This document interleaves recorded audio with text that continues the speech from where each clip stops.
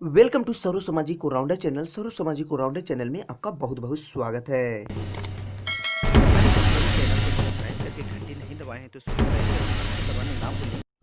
तो ये आपके लिए बहुत ही इंपॉर्टेंट क्वेश्चन है जो पलक झपकते ही आपको याद हो जाएंगे।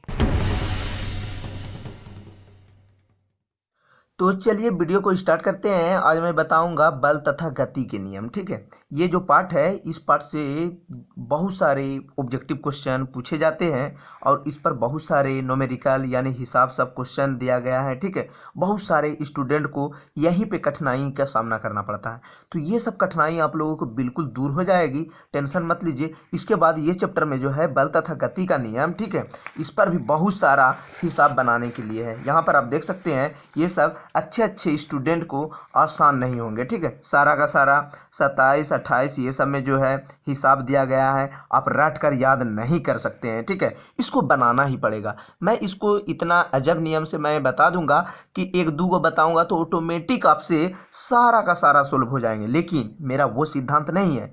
मेरा है सिद्धांत की एक भी क्वेश्चन नहीं छोड़ूंगा, मैं भी इसको सारा का सारा स्टेप बाय स्टेप सोल्व करूंगा। ठीक है, तो आज मैं बताऊंगा बल तथा गति के नियम। ध्यान दीजिए, देखते हैं कहाँ तक होता है, आज हिसाब हो पाता है क्या नहीं। अगर हिसाब नहीं भी हुआ तो अगला दिन इसके बाद नेक्स्ट वीडियो बना दिया जाएगा। ठीक है, तो पहला पार्ट का मैंने सारा का सारा गति पार्ट जो है, ठीक है, मोशन, ये जो पार्ट देख रहे हैं इसका सारा का सारा ऑब्जेक्टिव क्वेश्चन, हिसाब, न्यूमेरिकल, ये सब जो है बिल्कुल बता दिया गया है। ठीक है, तो चैनल पर नए हैं तो चैनल को आप सब्सक्राइब करके घंटी दबाने ना भूलें, क्योंकि क्लास 8, 9, 10, 11, 12 BA BSc तक का वीडियो उपलब्ध है हर विषय का। उसके बाद 10th का, यानी आपको पता होगा कि क्लास 9th का मैथ का तो इतना वीडियो मैंने अपलोड कर दिया हूँ कि आप पढ़ने में पूरी तरह से वो समर्थ हो जाइएगा अगर कोई नए स्टूडेंट होंगे तो ध्यान दीजिए, क्वेश्चन है बल का SI मात्रक क्या हो जाएंगे, न्यूटन। इसे आप याद कर लेना, याद करने योग्य है। ठीक है, ऑब्जेक्टिव क्वेश्चन है। सभी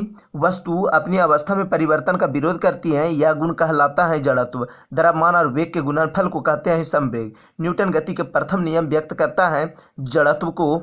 न्यूटन के दूसरे गति नियम को किसकी माप होती है, बल को। प्रतिक्रिया के समान विपरीत प्रतिक्रिया होती है, गति का कौन सा नियम है, तीसरा नियम, न्यूटन गति का तीसरा नियम हो जाएंगे। ठीक है, प्रतिक्रिया के बराबर और विपरीत प्रतिक्रिया होती है। तो मान के चलिए कोई गेंद फेंका जाता है दीवार पर और फिर पुनः वापस लौट जाता है उतने से, वो न्यूटन गति का तीसरा नियम हुआ। ठीक है, निम्नलिखित में से किसका जड़त्व अधिक होगा, जो सबसे भारी होगा उसी का जड़त्व अधिक होता है। ठीक है, साइकिल, कार की, बस की, रेलगाड़ी, रेलगाड़ी का जड़त्व अधिक होगा। ठीक है, संवेग परिवर्तन के दर के समानुपाती होती है, तो आरोपित बल की, थोड़ा समझना भी है। ठीक है, संवेग में परिवर्तन बराबर होता है आवेग की।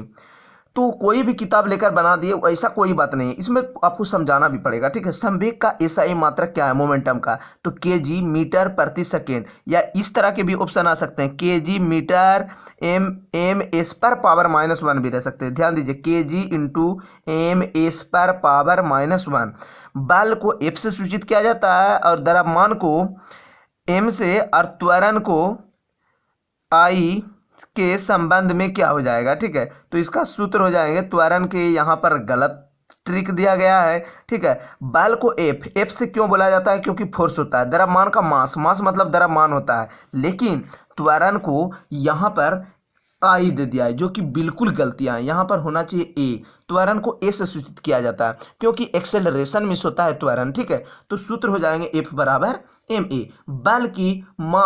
बल की माप की जाती है दूसरा, यानी न्यूटन गति के दूसरा नियम के अनुसार किया जाता है। ठीक है, देखिए उसके बाद आपको मैथ सब जो थोड़ा सा कुछ आप लोगों को कठिन लगेगा, लेकिन कठिन नहीं लगेंगे। ठीक है, ध्यान दीजिए, kg इंटू मीटर प्रति स्क्वायर किसका मात्रक है, तो बल का हो जाएगा। ठीक है, न्यूटन किसका मात्रक है, बल का, ये भी है, न्यूटन किसका मात्रक हो जाएंगे, बल का।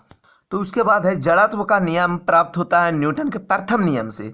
जड़त्व का जब भी नियम जो होता है वह न्यूटन गति के फर्स्ट लॉ से शुरू होती है। ठीक है, जिस गुण के कारण कोई पिंड अपने विराम या गति अवस्था में बनाए रखना चाहते हैं उस पिंड को उसे कहते हैं जड़त्व। जड़त्व किसे कहते हैं, यह परिभाषा हो गया। जिस गुण के कारण कोई भी पिंड अपने विराम या गति अवस्था में बनाए रखता है उसे जड़त्व कहते हैं। रॉकेट किस सिद्धांत पर कार्य करता है, संवेग संरक्षण के सिद्धांत पर। ठीक है, रॉकेट तथा जेट ईंधन न्यूटन के किस नियम पर कार्य करते हैं, तो 3 नंबर में हो जाएगा तीसरा नियम। थोड़ा सा आपको धुंधलापन दिखाई देता होगा, रात का वीडियो बनाना थोड़ा सा दिक्कत होते हैं, मुझे टाइम नहीं मिलता है, इसलिए मैं रात में ही वीडियो अपलोड करता हूँ, ठीक है।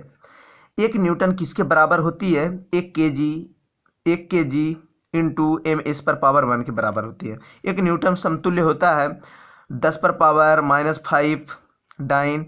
किसी गतिशील पिंड का वेग आधा करने से उसका समवेग भी आधा हो जाता है। याद रखिएगा, किसी भी पिंड का वेग यानी वेलोसिटी को आधा करेंगे तो उसका समवेग भी आधी हो जाती है। 1 किलोग्राम भार में कितने न्यूटन के बराबर हो जाएगा? 9.8 न्यूटन। रॉकेट की गति में निम्न में से कौन सी भौतिक राशि संरक्षित रहती है? रैखिक संवेग। किसी वस्तु का जड़त्व किस पर निर्भर करता है? तो वस्तु के द्रव्यमान पर। वस्तु का जड़त्व जो निर्भर करता है वस्तु के द्रव्यमान पर, ठीक है। न्यूटन का, ध्यान दीजिए, न्यूटन का कौन सी गति विषयक नियम की वास्तविक नियम है? तो हो जाएगा द्वितीय नियम, ठीक है। और एक मेरा चैनल होगा इंग्लिश मैथमेटिक डॉक्टर, उसे आप सब्सक्राइब करने ना भूलें, क्योंकि मैं आप लोगों के लिए इतना मेहनत करता हूं, तो आप भी एक चैनल होगा उसे सब्सक्राइब कर दे, ताकि कोई भी वीडियो की ज़रूरत पड़ेगी तो आपको वो चैनल पर उपलब्ध हो जाएंगे और आपको कमेंट का जवाब भी मिलेंगे, ठीक है। तो उसके बाद है 26 नंबर में, मान लीजिए 2 वस्तु है, ए और बी है, ठीक है। क्रमशः एक 6 kg का, एक 34 kg का। तो मानिए एगो है 6 kg का, यानी ए जो हो गया 6 kg का और बी हो गया 34 kg का। तो इन दोनों में किसका जड़त्व अधिक होगा? 34 का कि 6 का? जो बड़ा है वही होगा, यानी ये हार्ड है यानी ज़्यादा भारी है, उसका जड़त्व यानी उसका जड़ ज़्यादा पकड़ के रखेगा यानी मजबूत होगा। तो 34 की क्या नाम है? बी, यानी बी का जो जड़त्व है ए के जड़त्व से अधिक होगा। उसके बाद है 2 kg द्रव्यमान वाली वस्तु को 5 मीटर प्रति स्क्वायर की दर से त्वरित करने में कितना बल की आवश्यकता होगी? तो ध्यान दीजिए, इसको कैसे बनाना है। तो इसको बनाने के लिए आपको करना है, सबसे पहले F बराबर क्या लिखना है? ma। F बराबर क्या लिखना है? ma। ये सूत्र होगा F बराबर ma। मैंने यहाँ पर सूत्र को बताया था, F बराबर क्या था? ma है ना, यहाँ पर F बराबर क्या है? ma। तो इसी पर सूत्र को बैठा देना है, मैं बता देता हूँ। F बराबर बल बराबर क्या आ जाएगा? ma, ठीक है। तो यहाँ पर हो जाएगा 5 गुना 2 यानी 5 दुना के, दोनों को गुना कर देना है, 5 गुना 2 यानी 5 दुना के 10 न्यूटन। तो इसी तरह से आपको बनाना है। जब मैं हिसाब बताऊंगा इस पर तो ऑब्जेक्टिव हो गया है, जब मैं हिसाब बताऊंगा तो इसको मैं सोल्व कर दूंगा और बिल्कुल अच्छी तरीक़ा से। आप कभी भी नहीं भूलिएगा, और विज्ञान में हिसाब बना देना और अच्छी तरह से सोल्व कर देना अच्छे स्टूडेंट की पहचान ही होती है। तो चैनल पर नए हैं तो सब्सक्राइब करके घंटी दबा दें, और कोई भी वीडियो के लिए आप हमें कमेंट कर सकते हैं।